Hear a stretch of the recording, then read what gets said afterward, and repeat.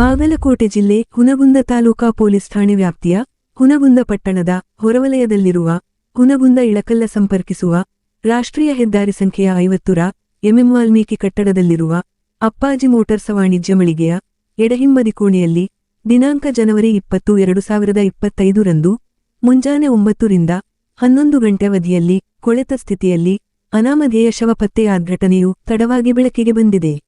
ಈ ಒಂದು ಘಟನಾ ಸ್ಥಳಕ್ಕೆ ಹುನಗುಂದ ಪೊಲೀಸ್ ಠಾಣೆಯ ಪಿಎಸ್ಐ ಪ್ರಕಾಶಡಿರ ನೇತೃತ್ವದಲ್ಲಿ ಹಾಗೂ ಎಸ್ಐ ಎಸ್ವೈ ತಳವಾರ ಮತ್ತು ಕಾನ್ಸ್ಟೇಬಲ್ ಎಸ್ಸಿ ಪೊಲೀಸ್ ಪಾಟೀಲರು ಸೇರಿ ಇತರೆ ತನಿಖಾ ಪೊಲೀಸ್ ಸಿಬ್ಬಂದಿಗಳ ತಂಡವು ಘಟನಾ ಸ್ಥಳ ಹತ್ತಿರದ ಅಪ್ಪಾಜಿ ಮೋಟಾರ್ಸ್ ಮಳಿಗೆಯಲ್ಲಿ ಸಿಸಿಟಿವಿ ಫುಟೇಜ್, ಕ್ಯಾಮೆರಾ ಪರಿಶೀಲನೆ ಹಾಗೂ ಸಾರ್ವಜನಿಕರಲ್ಲಿ ವಿಚಾರಣೆ, ಪಂಚನಾಮೆ ಪ್ರಕ್ರಿಯೆ ಮತ್ತು ಮಹಜರು ಪ್ರಕ್ರಿಯೆಯ ತನಿಖೆ ನಡೆಸಿತು.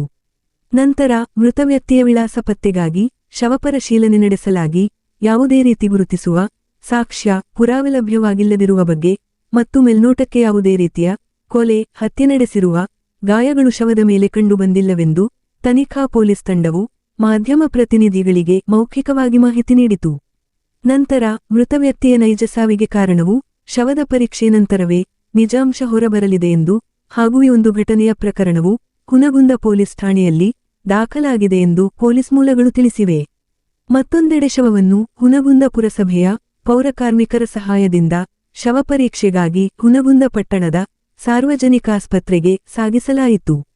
Loknayak Kannada news bureau report Hungund.